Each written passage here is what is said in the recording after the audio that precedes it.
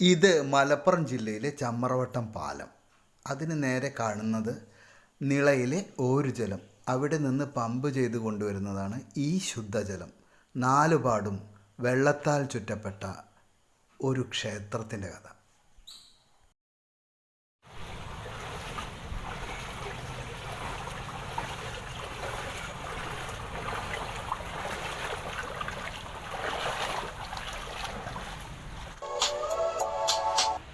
ഭഗവതി തീയാട്ടിന് അനുഷ്ഠാനമായ ഒരു കലയാണ് അയ്യപ്പൻ തീയാട്ട്. കാളി തീയാട്ട് എന്നും പറയും.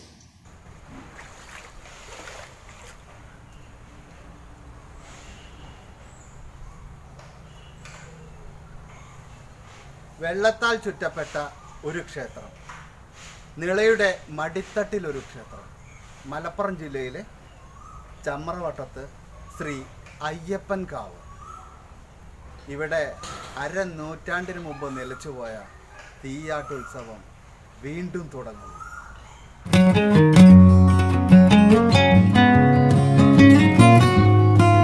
ചമ്മറവട്ടം ശ്രീ അയ്യപ്പൻ കാവ് 2013 അഗ്നിക്കിരയായി. അപ്പോൾ ഇതിന് ശേഷം ഇവിടെ നവീകരണത്തിന് ശേഷം ഈ നടന്ന പ്രശ്നം വെക്കലിൽ ഇവിടെ തീയാട്ട് ഉത്സവം നടത്തണമെന്ന് പ്രത്യേക നിർദ്ദേശം വന്നു.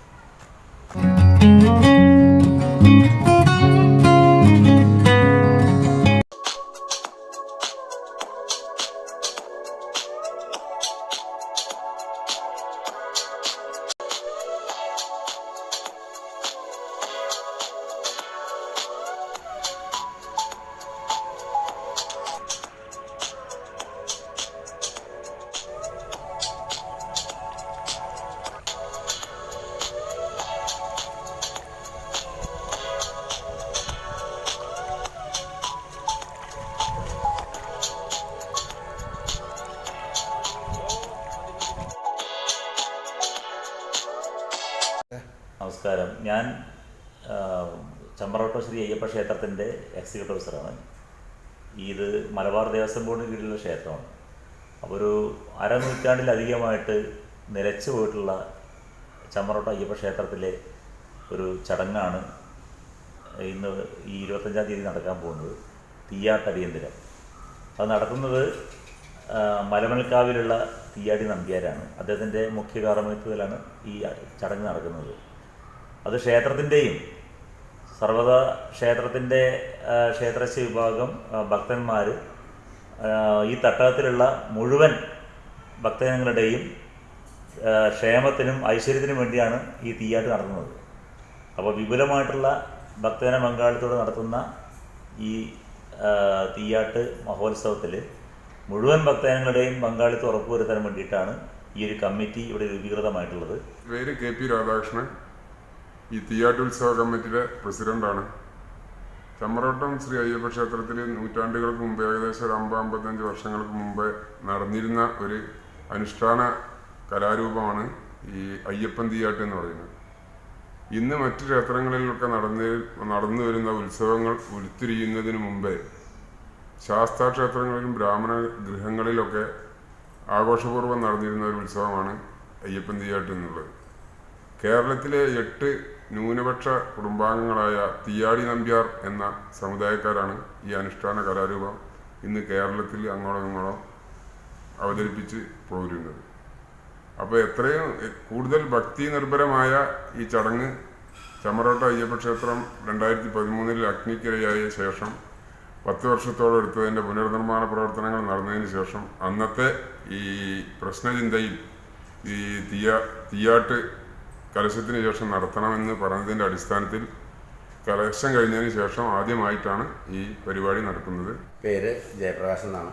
ചമ്മറവട്ടം അയ്യപ്പ ക്ഷേത്രത്തിൻ്റെ ഉത്സവാഘോഷ കമ്മിറ്റിയുടെ സെക്രട്ടറിയാണ്.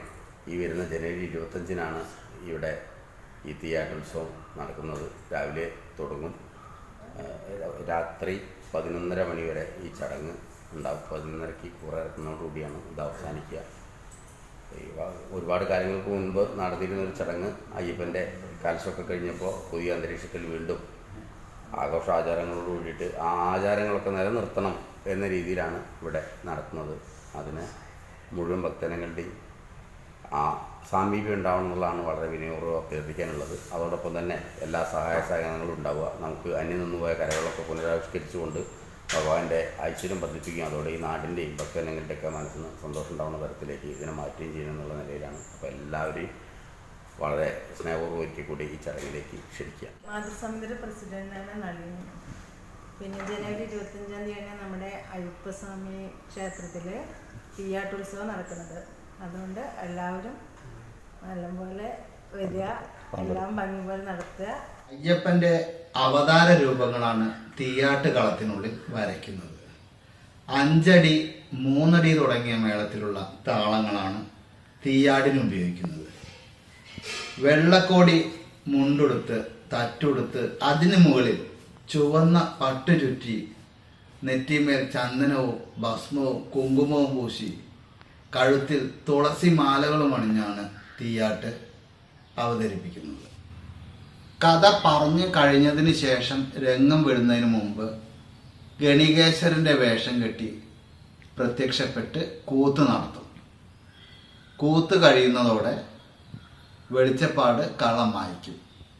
അയ്യപ്പൻ തീയാട്ട് ഒരേ സമയം ദൈവത്തോടുള്ള പ്രാർത്ഥനയും ജീവിതത്തിൻ്റെ പ്രശ്നങ്ങൾ കഥകളിലൂടെയും പാട്ടുകളിലൂടെയും നടത്തുന്ന ഒരു അവതരണവുമാണ് അയ്യപ്പൻ തീയാട്ട്.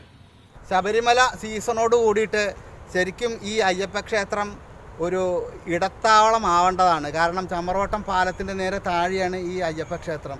പിന്നെ ഈ തുരുത്താൽ ചുറ്റപ്പെട്ട ഈ ക്ഷേത്രത്തിന് സ്വന്തമായിട്ട് ഭൂമിയൊന്നുമില്ല, ശരിയല്ലേ? ഭൂമി ഇല്ല എന്ന് മാത്രമല്ല, ഇത് റവന്യൂവിൻ്റെ കയ്യിലാണ് ഇത് ഉള്ളത്. ഇതിന് സ്വന്തമായിട്ട് ശരിക്കും പറയുകയാണെങ്കിൽ ഒരു ബാത്റൂം വരെ ഇല്ല, ശരിയല്ലേ? സത്യമാണ്. അപ്പോൾ അതിനെക്കുറിച്ച് കൂടുതലായിട്ട് നമുക്ക് എന്തെങ്കിലും ബോധ്യപ്പെടുത്താൻ എന്തെങ്കിലും ഉണ്ടോ? അതായത് ഒരുപാട് ഒരു ജൈനമത കാലത്തിൻ്റെ സംസ്കാരമൊക്കെ നിലകൊള്ളുന്ന ക്ഷേത്രമാണ് ഇതെന്നാണ് തോന്നുന്നത്. കാരണം ഒട്ടനവധി മൺരൂപങ്ങൾ, അതായത് ക്ഷേത്രത്തിൻ്റെ നിർമ്മാണം നടക്കുന്ന സമയത്ത് ആയിരക്കണക്കിന് ആണ് മൺരൂപങ്ങൾ കിട്ടിയത്. ഈ തിരുത്തിൽ അത്തരത്തിലുള്ള മൺരൂപങ്ങളാൽ ആണ് ഈ തിരുത്തന്നെ രൂപപ്പെട്ടുള്ളത്. ഇപ്പോൾ 1 കിലോമീറ്ററോളം വീതിയുള്ള പുഴയുടെ നടുക്ക് മത്സ്യാകൃതിയിലുള്ളൊരു തിരുത്തിൽ അനേകായിരം വർഷങ്ങൾക്ക് മുന്നേ ഇത്തരത്തിലൊരു ക്ഷേത്രം ഉണ്ടാവുകയും അത് പരിപാലിക്കപ്പെട്ട് ഇതുവരെ പോരുകയും ചെയ്തിരുന്നു. അതുകൊണ്ട് തന്നെ ശബരിമല യാത്രയ്ക്ക് ഏത് ഭക്തരും ഈ മലബാറിൻ്റെ ശബരിമല എന്നറിയപ്പെടുന്ന ഈ ക്ഷേത്രത്തിൻ്റെ സത്യത്തിൽ ഇവിടെ വന്നാണ് ഈ പ്രാവശ്യവും 1800-ലധികം ആളുകൾ വൃശ്ചിക 1-ാം തീയതി മാലയിട്ട 2200 ആളുകളോളം ഈ വൃശ്ചിക 1-ാം തീയതി മാത്രം മാലയിടുകയുണ്ടായി. മാലയിടുന്നതും ഇവിടെ വന്നിട്ട് തന്നെയാണ്. ഇവിടുന്ന് കെട്ട് നിറയ്ക്കുന്നത് ഇവിടുന്നാണ്. തിരിച്ചു പോകുമ്പോഴും ഇവിടെ വന്നിട്ടാണ്. ഇതിൻ്റെ പുറമെ ഈ കേരളത്തിലെ വിവിധ ജില്ലകളിൽ നിന്ന് മുഴുവൻ ആളുകളും ഈ ചമറോട്ടം പാലത്തിൻ്റെ ഒക്കെ വരവോടുകൂടി കൂടുതലുമായി ഈ വഴിക്കാണ് യാത്ര ചെയ്യുന്നത്. അവർക്കുള്ള അടിസ്ഥാന സൗകര്യങ്ങൾ ഒരുക്കാൻ പോലും സത്യത്തിൽ 1 ഇഞ്ച് ഭൂമി ഇവിടെ ഇല്ല. ചെറിയ ഒരു കാലത്ത് നമുക്ക് ഒരു ഇടത്താവളമായിട്ട് ഇത് അനുവദിച്ചു തരണമെന്നുള്ള സർക്കാരിൻ്റെ ഒരു പ്രഖ്യാപനമൊക്കെ ഉണ്ടായിരുന്നു. പക്ഷേ അത് പ്രാവർത്തികമായില്ല. അവർ പറയുന്ന പ്രധാന കാരണം എന്താണെന്ന് വെച്ചാൽ സ്വന്തമായിട്ട് ക്ഷേത്രത്തിന് ഭൂമിയില്ലാണ്. 3 ഏക്കർ ഭൂമിയെങ്കിലും ഉണ്ടെങ്കിൽ മാത്രമേ ഈ ക്ഷേത്രത്തിന് ഇത് അനുഭവിക്കാൻ കഴിയുള്ളൂ. ഞങ്ങൾക്ക് ആ കാര്യത്തിന് ഒരു നിർവാഹമില്ല. എന്നാൽ 3 ഏക്കറിലധികം ഭൂമി ഇവിടെ പുറമ്പോക്കായിട്ട് റവന്യൂവിൻ്റെതും അതുപോലെ മേജർ ഇറിഗേഷൻ്റെതും ആയിട്ട് ദേവസ്വം ബോർഡിൻ്റെ ഇപ്പോൾ ഇന്ന് ഉപയോഗിച്ചുകൊണ്ടിരിക്കുന്നുണ്ട്. അപ്പോൾ ഈ 3 വകുപ്പുകളും കൊണ്ട് സംയുക്തമായിട്ടൊരു തീരുമാനം എടുത്തിട്ട് ഈ വിധത്തിൽ, അതായത് വടക്കൻ ജില്ലകളിലും വടക്കൻ സംസ്ഥാനങ്ങളിലുള്ള ലക്ഷക്കണക്കിന് ആളുകൾ ഓരോ സീസണിലും ഈ ക്ഷേത്രത്തിൽ ദർശനം നടത്തി പോവുകയും വരികയും ചെയ്യുന്ന ഈ പ്രധാനപ്പെട്ട ഈ ക്ഷേത്രത്തിൻ്റെ ഇന്നത്തെ ഈ ഒരവസ്ഥ ഭക്തജനങ്ങളുടെ മനസ്സിലേക്ക് ശബരിമലയായിട്ട് ബന്ധപ്പെട്ടുകൊണ്ട് ഏറ്റവും അടിസ്ഥാനപരമായിട്ട് ചെയ്തു തീർക്കാൻ കടമപ്പെട്ടതാണ്. എന്തുകൊണ്ടോ അധികാരികൾ അതിന് ഒരുങ്ങിയിട്ടില്ല. അതിനുള്ളൊരു ദയവുണ്ടാവണമെന്നും മനുഷ്യ മനസ്സുകളിൽ അയ്യപ്പൻ്റെ ഒരു സ്ഥാനത്തിനൊപ്പം നിൽക്കുന്ന ഈ പുഴയിലെ, അതായത് 1 കിലോമീറ്ററും വീതിയുള്ള പുഴയുടെ അതിരൂക്ഷമായ കുത്തൊഴുക്കിനെ അതിജീവിച്ച് നിൽക്കുന്ന ഈ ക്ഷേത്രത്തിൻ്റെ നേട്ടത്തിന് വേണ്ടിയിട്ടും മനുഷ്യരുടെ ആവശ്യങ്ങളും സൗകര്യങ്ങളും വിപുലപ്പെടുത്തുന്നതിന് വേണ്ടിയിട്ടും ഭക്തജനങ്ങളുടെ പൊതുവിലുള്ള സാഹചര്യത്തിന് വേണ്ടിയിട്ടും ഇത് ഒരുക്കി കൊടുക്കണം എന്നാണ്. വെള്ളപ്പൊക്കം വന്നു കഴിഞ്ഞാൽ അതാണ് അതിൻ്റെയും കൂടി ഒരു പ്രത്യേകത. അതായത് ചമറോട്ടം അയ്യപ്പ ക്ഷേത്രത്തിൻ്റെ ദൈനംദിന പ്രവർത്തനങ്ങൾ, അതിൻ്റെ നിത്യനിദാന പൂജകൾക്കും നേദ്യങ്ങൾക്കുമുള്ള ജലം എടുക്കേണ്ടത് ഭാരതപ്പുഴയിൽ നിന്നാണ്. അപ്പോൾ പാലം വരുന്നതിന് മുമ്പേ വേനൽക്കാലത്ത് ചമറോട്ടം അയ്യപ്പ ക്ഷേത്രത്തിൽ ഒരു കുഴി കുഴിച്ചിട്ട് അതിൽ നിന്ന് വെള്ളം എടുത്തിട്ടായിരുന്നു അതിൻ്റെ നിത്യനിദാന ചെലവ് ഈ ചടങ്ങുകളൊക്കെ നടത്തിയിരുന്നത്. ഇപ്പോൾ പാലം വരുന്നതിന് മുമ്പ് പാലത്തിൻ്റെ എഞ്ചിനീയർമാർ ഇവിടെ പറഞ്ഞത് പാലത്തിൻ്റെ മുമ്പ് കൂടെ എപ്പോഴും വെള്ളം ശുദ്ധജലം ഒഴുകാനുള്ള ഒരു സംവിധാനം ഉണ്ടാകുന്നു. ഈ രൂക്ഷമായ മണലെടുപ്പിനെ തുടർന്ന് ചമറോട്ടം തിരുനാവായ വരെ പുളിവെള്ളം കയറുന്ന ഒരു അവസ്ഥയാണ് ഇപ്പോൾ ഉള്ളത്. റെഗുലേറ്റർ കം ബ്രിഡ്ജ് വന്ന് റെഗുലേറ്റർ കം ബ്രിഡ്ജിൻ്റെ യഥാർത്ഥ രൂപം കം ബ്രിഡ്ജിൻ്റെ രൂപം അതിലൊരു മുറും പാലം മാത്രമാണ് ഇപ്പോൾ ഉപയോഗമായിട്ടുള്ളത്. അപ്പോൾ അതിൻ്റെ പേരിൽ വേനലിൽ ഒരു 4 മാസം മാത്രമാണ് ചമ്രവട്ടം അയ്യപ്പ ക്ഷേത്രത്തിൽ ശുദ്ധജലം കിട്ടുക. ബാക്കി 8 മാസം കിട്ടുന്നത് ഓരുജലമാണ്. ചമ്രവട്ടം ഇതിൻ്റെ റിസർവോയറിൽ നിന്ന് മോട്ടർ വെച്ച് പമ്പ് ചെയ്ത് ക്ഷേത്രത്തിൻ്റെ മുമ്പിൽ നിർത്തിയിട്ടാണ് ഇപ്പോൾ ഇതിൻ്റെ നിത്യനിദാന കാര്യങ്ങൾ ഉപയോഗിക്കുന്നത്. അപ്പോൾ നിത്യനിദാന കാര്യങ്ങൾക്ക് ശുദ്ധജലം ലഭിക്കാനുള്ളൊരു സ്ഥിരം സംവിധാനം അതാണ് ഇപ്പോഴത്തെ പ്രധാന ഒരു ക്ഷേത്രം നേരിടുന്ന ഒരു ബുദ്ധിമുട്ട്. അപ്പോൾ അത് പരിഹരിക്കാനുള്ളൊരു മാർഗം കൂടെ ഇതിൽ വേണം. പിന്നെ ഇവിടുത്തെ ഒരു പ്രത്യേകത എന്ന് പറഞ്ഞാൽ ഈ വർഷകാലത്ത് ക്ഷേത്രം നിറഞ്ഞ് തൃപ്പടി കവിഞ്ഞ് ക്ഷേത്രത്തിൻ്റെ ഉള്ളിലേക്ക് വെള്ളം കയറുന്നതാണ് ആറാട്ട്. അല്ലാത്ത ആറാട്ട് ഉത്സവം എന്ന് പറഞ്ഞൊരു ഉത്സവം ഈ ക്ഷേത്രത്തിലില്ല. അപ്പോൾ വർഷം കൂടുമ്പോൾ കഴിഞ്ഞ വർഷം ഉണ്ടായി. അതിൻ്റെ മുമ്പുണ്ടായത് 18 പ്രളയത്തിലും 19 പ്രളയത്തിലും ഉണ്ടായി. അത് കഴിഞ്ഞതിന് ശേഷം ഇപ്പോൾ 24 ഉണ്ടായത്. 18 ക്ഷേത്രത്തിന്റെ കഴുക്കോലിന്റെ ഉയരം വരെ വെള്ളം വന്നു. കഴുക്കോലിന്റെ ഉയരം വരെ കഴുക്കോലിന്റെ ഉയരം വരെ ഓട് തട്ടിലാന്ന് പറഞ്ഞ ഇതിൽ വെള്ളം വന്നു. ഒരു ദിവസം ചടങ്ങ് മുടങ്ങി. സാധാരണ തോണിയിൽ വന്നിട്ട് ഉള്ളിൽ വെച്ച് പൂജിച്ച് പോകാനാണ് പതിവ്. അതിനുള്ളൊരു തടസ്സം, ശുദ്ധജലത്തിനുള്ളൊരു തടസ്സം ക്ഷേത്രത്തിൽ പ്രധാനമായിട്ടുണ്ട്. പിന്നെ ഈ സൗകര്യം, ഭൂമി, എടത്താവളം 1-2 തവണ അനുഭവിച്ചാണ്. ഭൂമി ഇല്ലാത്തതുകൊണ്ട് നഷ്ടപ്പെട്ടു പോയതാണ്. അതിന് പകരം വരെ എടത്താവളം ഇതുവരെ സർക്കാർ ഈ മേഖലയിൽ കണ്ടെത്തിയിട്ടില്ല. ഇത്ര സൗകര്യമുള്ള സ്ഥലം, ഇത്ര പേരുള്ള സ്ഥലമില്ല. മിനി പമ്പായിരുന്നു ഒരു പ്രധാന ഒരു അപ്രഖ്യാപിത എടത്താവളം. അതിപ്പോൾ ഈ ഹൈവേയുടെ പണി വന്നതുകൊണ്ട് പക്ഷേ അതും നശിച്ചുപോയി. അപ്പോൾ അതിൻ്റെ പേരിലൊരു എടത്താവളത്തിനുള്ള ഒരു സംവിധാനം ഇപ്പോൾ നേരത്തെ പറഞ്ഞ മാതിരി ഇവിടെ ഭൂമി മേജർ ഇറിഗേഷൻ്റെ അടുത്തും ഈ റവന്യൂ പുറമ്പോക്കിലൊക്കെ ഉണ്ട്. റവന്യൂവിൻ്റെ അടുത്ത് നമ്മളേക്ക് വർഷം ഈ ഒരു യോഗം നടക്കുമ്പോൾ ഇതിൻ്റെ സൗകര്യങ്ങൾ ആലോചിക്കുമ്പോൾ അപ്പോൾ ഒരു അപേക്ഷ കൊടുക്കാൻ പറയും. അപേക്ഷ കൊടുത്താൽ ഒരു മറുപടി വരും. നിലവിലുള്ള നിയമം അനുസരിച്ച് റവന്യൂ ഭൂമി ആർക്കും വിട്ടുകൊടുക്കാൻ തീരുമാനിച്ചിട്ടില്ല, അതിനൊരു തീരുമാനം ഉണ്ടാകുമ്പോൾ നോക്കാമെന്നും പറയും. ഇതാണ് റവന്യൂ നിന്ന് കിട്ടുന്ന സ്ഥിരം മറുപടി. അപ്പോൾ അതിനുള്ളൊരു സംവിധാനമാണ് അധികാരികളുടെ ഭാഗത്തുനിന്ന് ക്ഷേത്ര പുരോഗതി 3 വകുപ്പും കൂടെ സംയുക്തമായിട്ട് ഉണ്ടാക്കി തരേണ്ടത്.